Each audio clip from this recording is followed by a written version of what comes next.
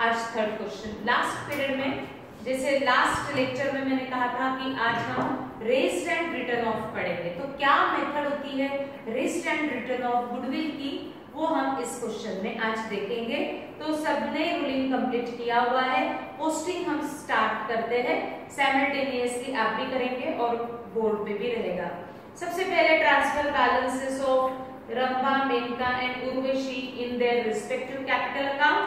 Liability में है, सबको मालूम है, क्रेडिट में ट्रांसफर होता है 36,000, 32,000 and 17,600। On the credit side of capital account, balance brought down 36,000, 32,000 and 17,600। उसके बाद बिल्स पेएबल रिजर्व ये दिया हुआ है। ट्रांसफर बैंक बैलेंस इन बैंक अकाउंट, ट्रांसफर करते हैं, असेट में दिया है इसलिए on the debit side. Before retirement जितने भी एक्यूमुलेटेड प्रॉफिट्स होते हैं या लॉसेस होते हैं वो हम सारे पार्टनर्स में डिस्ट्रीब्यूट करेंगे, ऑल पार्टनर्स में, इसलिए क्योंकि बिफोर रिटायरमेंट जो भी प्रॉफिट्स होंगे उसके ऊपर रिटायरिंग पार्टनर का भी शेयर होगा। तो accumulated profits general reserve, reserve fund, P&L कोई ना कोई नाम से हमको दिए जाते हैं। आपको लायबिलिटी में दिया हुआ है जनरल रिजर्व 14,000। अब इस 14,000 को तीनों पार्टनर्स में डिवाइड करना पड़ेगा, तो हमें रेशियो लगेगा और रेशियो आपको फर्स्ट लाइन में दिया हुआ है 5:2:3। तो हम डिवाइड करेंगे 5/10, 2/10 एंड 3/10। डिनोमिनेटर में 10 है तो पहले 10 से डिवाइड कर देते हैं, तो 1400 into 5 अगर मैं करती हूँ तो 7,000, 2,800 एंड नेक्स्ट आएगा 4,200। तो ये शेयर हमें पार्टनर्स कैपिटल अकाउंट में ट्रांसफर करने पड़ेंगे। लायबिलिटी है इसलिए ये शेयर लिखा जाएगा on the credit side of capital account by general reserve account 7,000, 2,800 and 4,200। Divide कर दिया। अब चेक कर लो एक बार, असेट में कहीं P&L कुछ दिया हुआ है क्या, एक्यूमुलेटेड लॉस कुछ भी दिया हुआ नहीं है। Now we start revaluation of assets and liabilities, जो सबको आता है। एक बार फर्स्ट एडजस्टमेंट पहले पढ़ लेते हैं। Menaka retired from the business on 1st April 19 on the following terms. The assets were revalued as under stock at 28,000. Building is appreciated by 10%. RDD is to be increased up to, underline up to, RDD increased by 1,000 नहीं दिया है आपको, RDD का balance 1,000 से increase नहीं करना है, RDD increase up to, यानी जो भी ओल्ड RDD होगी उसका बैलेंस इंक्रीज करो अप टू 1,000 तक इंक्रीज करना है। That means your new RDD maintain करनी है आपको 1,000 तक RDD का बैलेंस बढ़ाना है। That means your new RDD will be 1,000। तो आपको पहले इसका डिसीजन लेना है। Plant and machinery is to be depreciated by 10%। सबको रिवैल्यूएशन आता है, फास्ट कंप्लीट करो रिवैल्यूएशन जो दिया हुआ है पॉइंट नंबर 1 में। Stock, building, RDD, plant and machinery और रुक जाओ, सभी करेंगे पहले स्टॉक, फिर मैं करूंगी बोर्ड पे।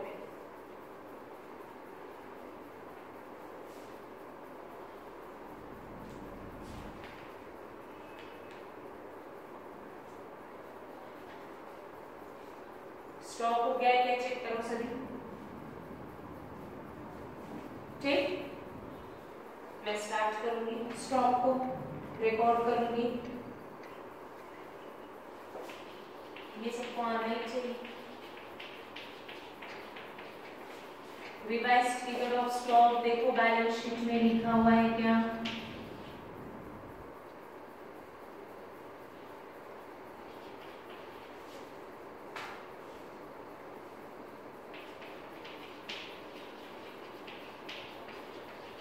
चेक कर सकते हैं बोर्ड से। स्टॉक का प्रॉफिट है, old value of stock is 20,400 but revised value of stock is 28,000। That means stock की वैल्यू इंक्रीज है, profit revised figure balance sheet में शो हो चुकी है।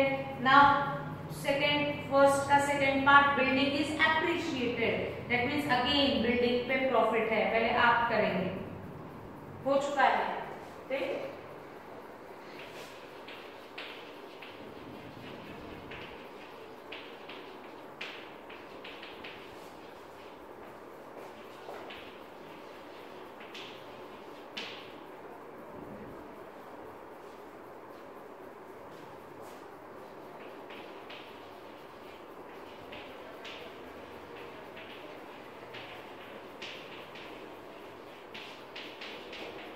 बिल्डिंग भी सबका करेक्ट ही होगा, सिंपल था। RDD is to be increased up to 1000, RDD का बैलेंस 1000 तक इंक्रीज करना है, तो मैं चेक करती हूँ ओल्ड वैल्यू ऑफ आरडीडी 800 है, उसको 1000 तक बढ़ाना है, यानी आरडीडी पे कितना इंक्रीज होगा, 200 से आरडीडी यानी लॉस 200 से इंक्रीज हो रहा है, लॉस बढ़ रहा है, इसलिए एडजस्टमेंट अकाउंट के डेबिट में टू आरडीडी अकाउंट 200 से लॉस बढ़ेगा, इसलिए 200 एंड आपको revised debtors with revised RDD show करने पड़ेंगे। 16800 ओरिजिनल डेटर्स है, जिसमें से आप आरडीडी माइनस करेंगे, न्यू बैलेंस शीट में यूज करेंगे न्यू आरडीडी। 800 था बट 200 से इंक्रीज हुआ है, यानी 1000 आपका रहेगा न्यू आरडीडी, ठीक। तो न्यू बैलेंस शीट में रिकॉर्ड किया new RDD. Now plant and machinery is to be depreciated by 10%, machinery की वैल्यू कम हुई, आता है सबको 32,000 पे 10% का डेप्रिसिएशन है, दैट मींस लॉस है, एक्सपेंस है। Plant and machinery account on the debit side of adjustment account 3200, revised figure of plant and machinery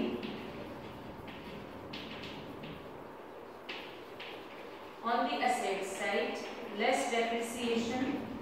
अगर टर्म डेप्रिसिएशन यूज किया है तो हम डेप्रिसिएशन लिख सकते हैं, रीजन रिड्यूस होने का। 28,800 is the revised figure of plant and machinery। बाकी कोई भी रिवैल्यूएशन गुडविल दिया है, मेन का दैट मींस रिटायरिंग पार्टनर की इंफॉर्मेशन है, ये हम सबसे लास्ट में करेंगे, क्यों करना है आप सबको मालूम है, ठीक।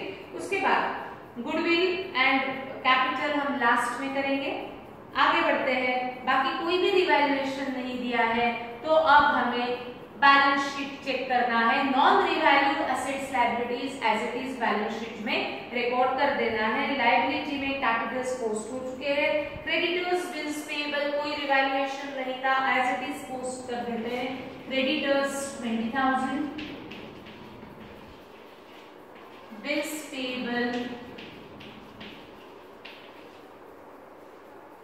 पेएबल 1,200 कर दिया। उसके बाद रिजर्व पार्टनर्स में डिस्ट्रीब्यूट हो चुका है। असेट में प्लांट एंड मशीनरी रिवाइज्ड हो चुकी है, बिल्डिंग रिवाइज्ड हो चुकी है, स्टॉक यस, डेटर्स रिवाइज हो चुके हैं, बैंक बैलेंस बैंक अकाउंट में ट्रांसफर हो चुका है। नाउ क्लोज रिवैल्यूएशन अकाउंट, जो भी प्रॉफिट लॉस होगा that will be distributed amongst all partners, क्योंकि रिटायरमेंट के पहले 3 पार्टनर्स थे, तो eight the time of retirement तीनों में हम डिवाइड करेंगे। आगे के प्रॉफिट लॉस 2 पार्टनर्स में डिवाइड होंगे, बट रिवैल्यूएशन के प्रॉफिट लॉस तक आपको रिटायरिंग पार्टनर को भी प्रॉफिट लॉस शेयर करना पड़ेगा, क्योंकि ये पार्टनर रिटायर होगा आफ्टर रिवैल्यूएशन। तो रिवैल्यूएशन तक जो भी रहेगा, accumulated profit, accumulated losses, revaluation का प्रॉफिट, रिवैल्यूएशन का लॉस, इसमें रिटायरिंग पार्टनर का शेयर रहने ही वाला है। तो क्लोज करते हैं रिवैल्यूएशन अकाउंट और फाइंड आउट करते हैं बैलेंस। देखते से ही लग रहा है कि क्रेडिट ज्यादा है, 11,600, debit is 3,400, that means balance is 8,200।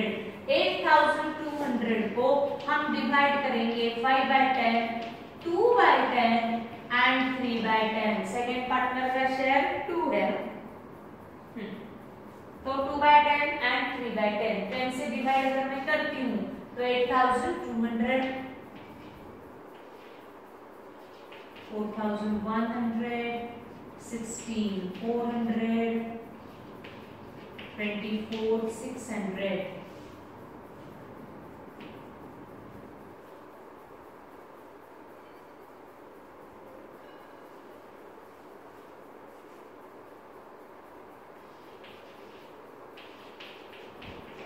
1640 and 2460.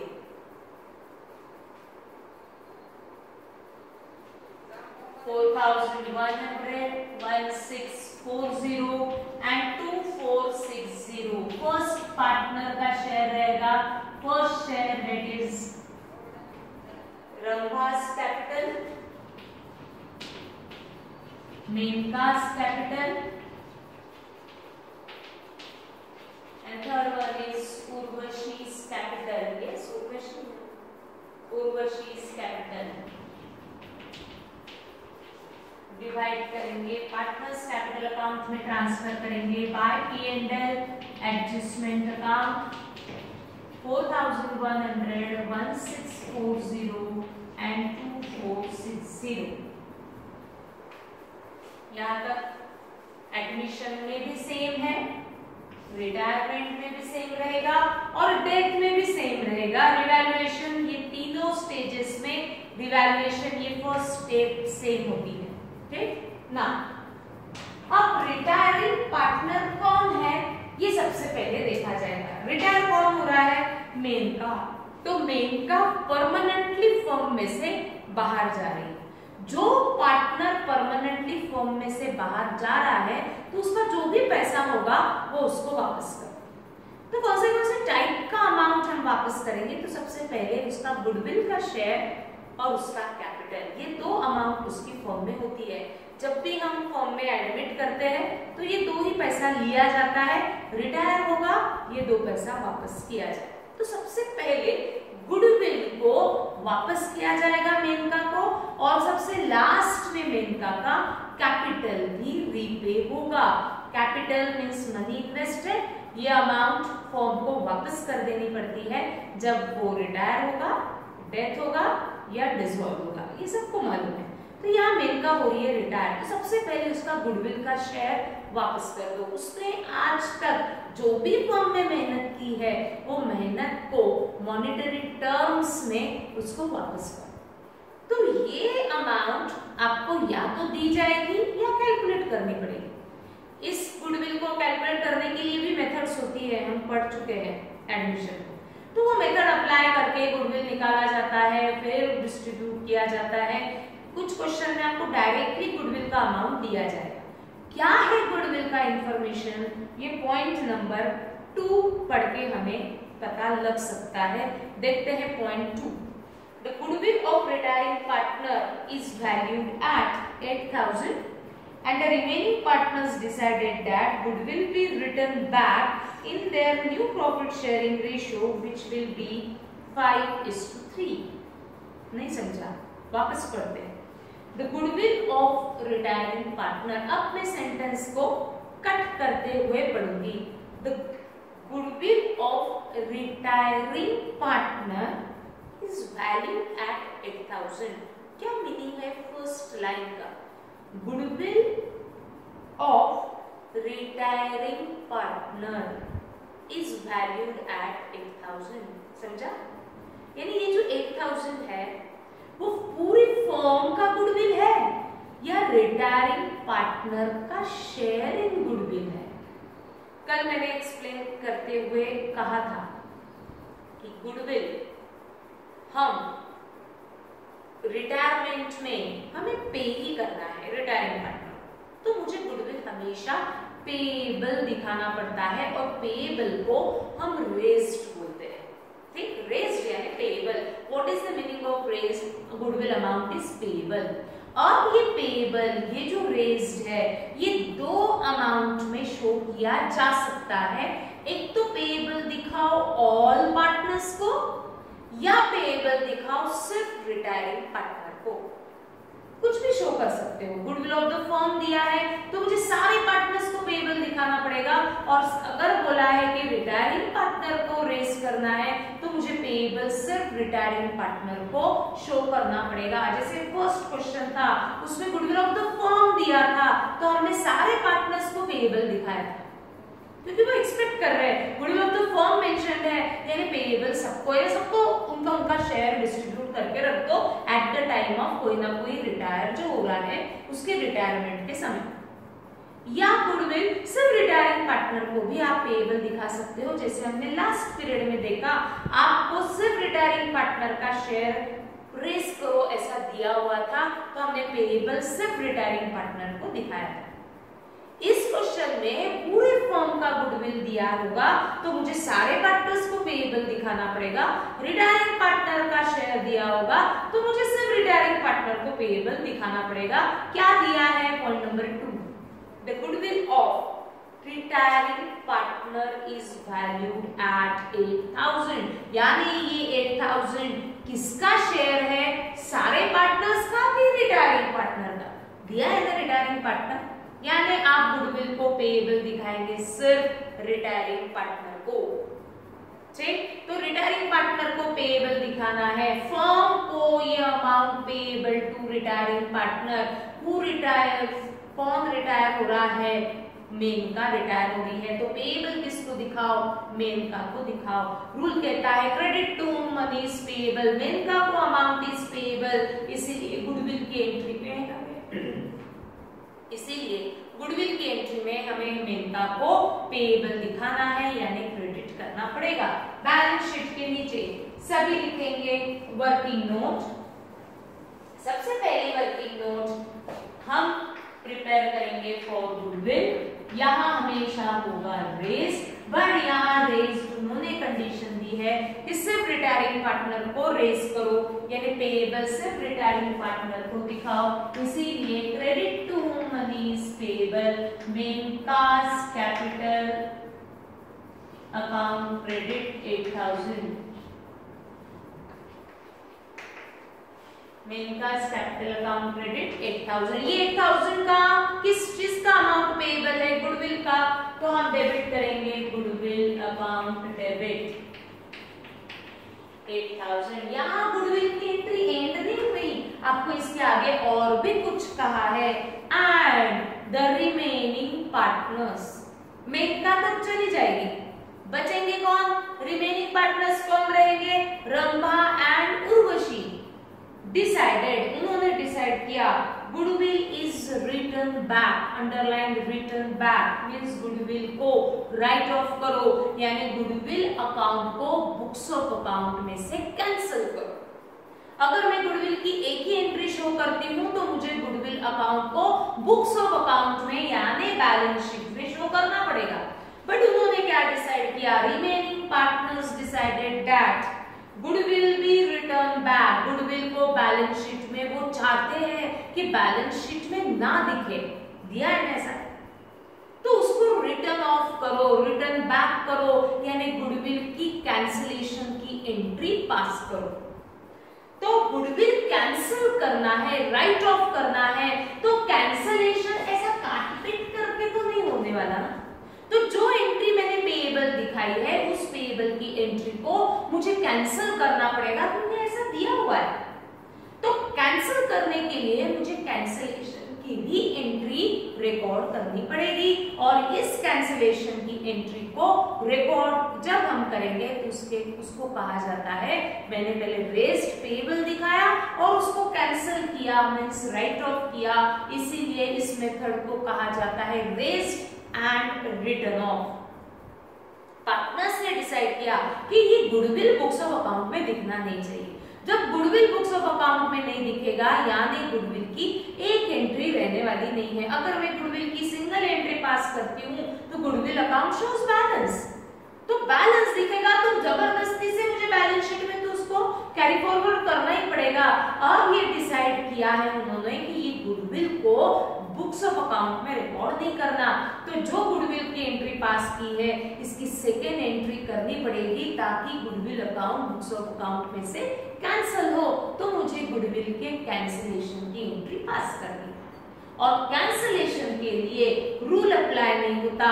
Cancel कैसे होगा गुडविल अकाउंट? जो पहले डेबिट हुआ है उसको कैंसिल करने के लिए क्रेडिट करो। तो कैंसिलेशन की सेकेंड एंट्री जब मैं पास करूंगी, 2 लाइंस ब्लैंक रखते हुए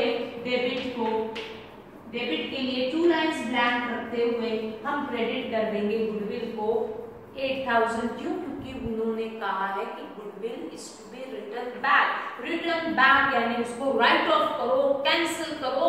गुडविल कैंसिल करने के लिए वहां काटपीट मत करो, कैंसिलेशन की एंट्री पास करो।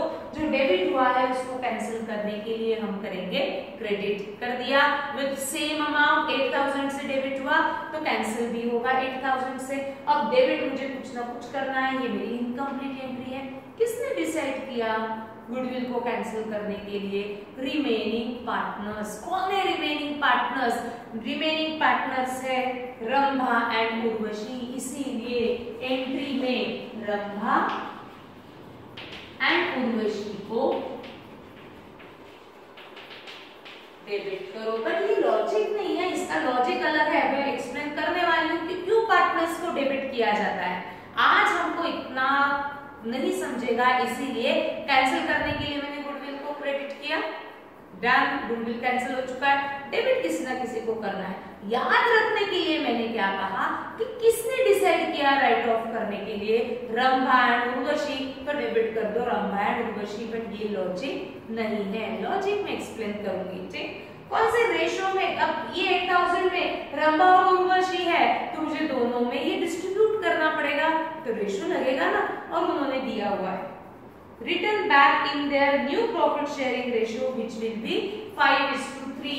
ये राइट ऑफ दोनों में किस रेशो में करो ऐसा दिया है उन्होंने 5:3। तो 8000 को 5/8 3/8 में अगर मैं डिवाइड करती हूँ तो 5000 एंड 3000 दोनों का शेयर आएगा। कंप्लीट करेंगे सभी कॉपी में एंट्री। 2 मिनट थोड़ा सोचो, समझ में आया है क्या? मेरे चेक करो।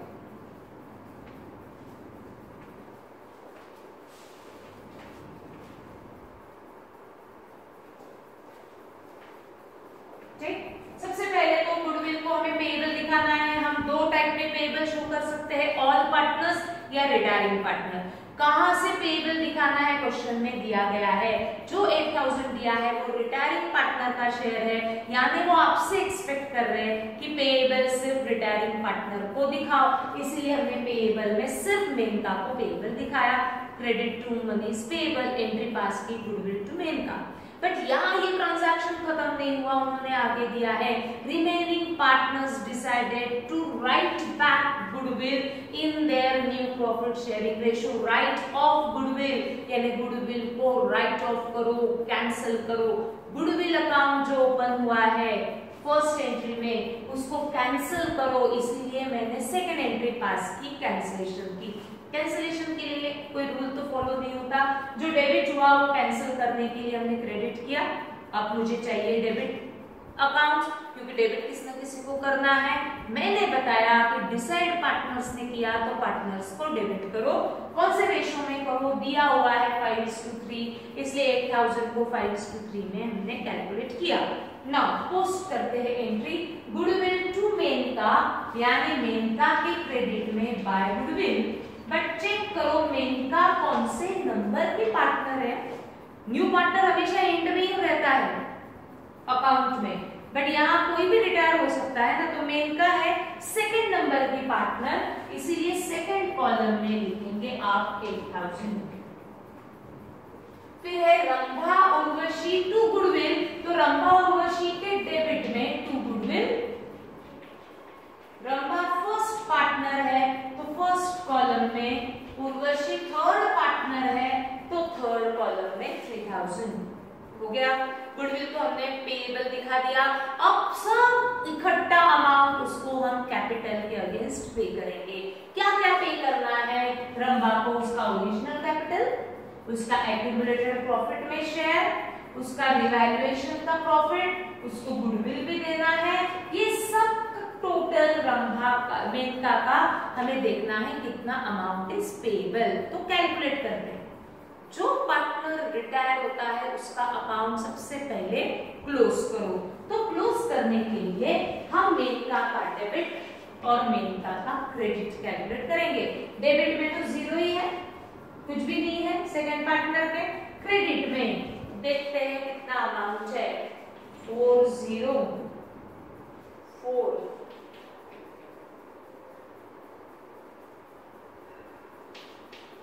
44,440।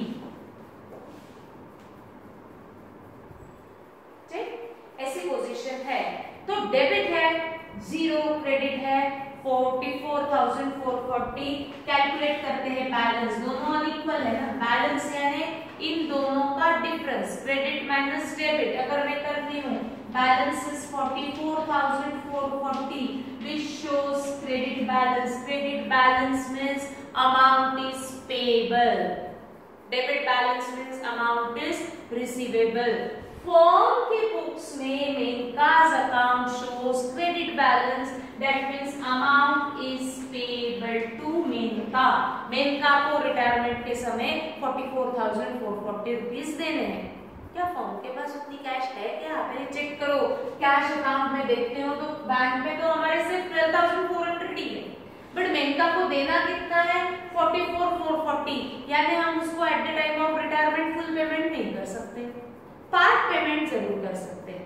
ये मेरे पास जितनी कैश है इसमें से थोड़ी बहुत तो मैं दे ही सकती हूँ, बचा हुआ फ्यूचर में देंगे, या उसको पूरा कह सकते हैं कि फुल अमाउंट हम फ्यूचर में देंगे, आज नहीं दे सकते। हमने क्या किया? फुल अमाउंट फ्यूचर में देने का डिसीजन लिया या पार्ट पेमेंट करने का डिसीजन लिया, ये क्वेश्चन में दिया ही जाता है। देखो last point, amount due to Menaka. Menaka को ये जो अमाउंट देना है is to be transferred to her loan account, यानी हमने कोई भी मेनका को पार्ट पेमेंट किया ही नहीं। उन्होंने कहा full amount transfer to loan account, तो मेनका को कहेंगे आज हमारे पास पैसा नहीं है, बट ये अमाउंट हम आपको फ्यूचर में देंगे। बट एज अ कैपिटल देंगे बताना पड़ेगा क्या? नहीं। क्यों नहीं? क्योंकि मेनका नेक्स्ट ईयर मेरे पास एज अ पार्टनर रहने वाली नहीं है, वो परमानेंटली बाहर जा रही है 1 अप्रैल।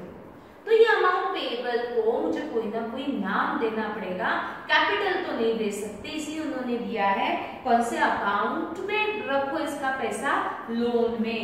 तो मेनका का अकाउंट का जो बैलेंस है, यहाँ एक भी अमाउंट तो पे हुई नहीं, तो फुल अमाउंट मुझे 44,440 पेएबल दिखाना पड़ेगा। मेनका का क्रेडिट ज्यादा था, डेबिट 0 था। 44,440 amount payable to Menaka at the time of retirement, but ये हमने पेमेंट नहीं किया, इसीलिए वो अकाउंट हमने ट्रांसफर किया उसके लोन अकाउंट में। तो मैं लिखती हूँ टू मेनका's लोन। नया अकाउंट इन्वेंट हो गया है, लोन अकाउंट। तो ये एक ही बार आया है, तो इसको बैलेंस शीट में लेकर के जाएंगे, क्योंकि ये अकाउंट बैलेंस दिखाएगा। बैलेंस शीट में कहाँ लिखूं? लायबिलिटी या सेट या अमाउंट पेएबल है ना, liability. Menka's loan. Now close remaining partners capital account. वो next year as a partner रहने वाले हैं, तो वो दिखेंगे कैपिटल करके। तो पहला है हमारे पास रंभा,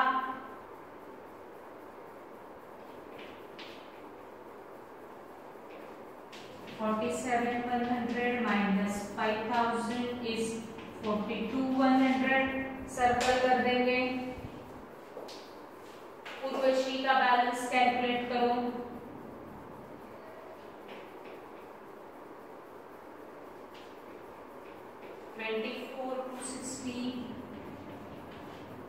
$21,260 इसके सामने हम कैरेट डाउन लिख सकते हैं, क्योंकि वो कंटिन्यूइंग पार्टनर है, उनके कैपिटल दिखेंगे, कैपिटल है इसलिए लायबिलिटी में। First partner Rambha, second partner रहेगी उर्वशी। मेनका तो रिटायर हो चुकी है। बैंक बैलेंस कैलकुलेट करेंगे। इसमें एंट्रीज नहीं है, इसका मतलब ये नहीं है कि आपको ये ओपन नहीं करना है बैंक अकाउंट। बैंक अकाउंट आपको हर क्वेश्चन में ओपन करना है।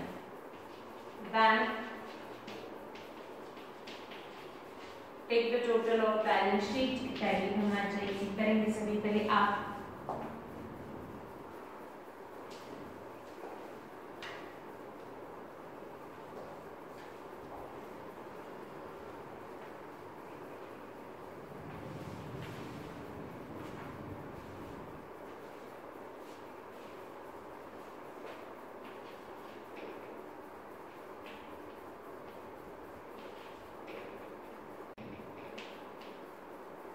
$1,29,000 लाइबिलिटी का टोटल आ रहा है।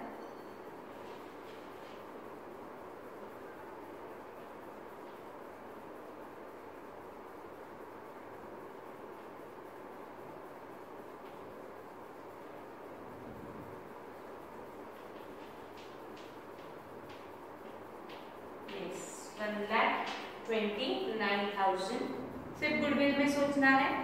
आपको अभी डिसीजन आता है कैसे लेना है, कल बढ़ेंगे आप। Thank you.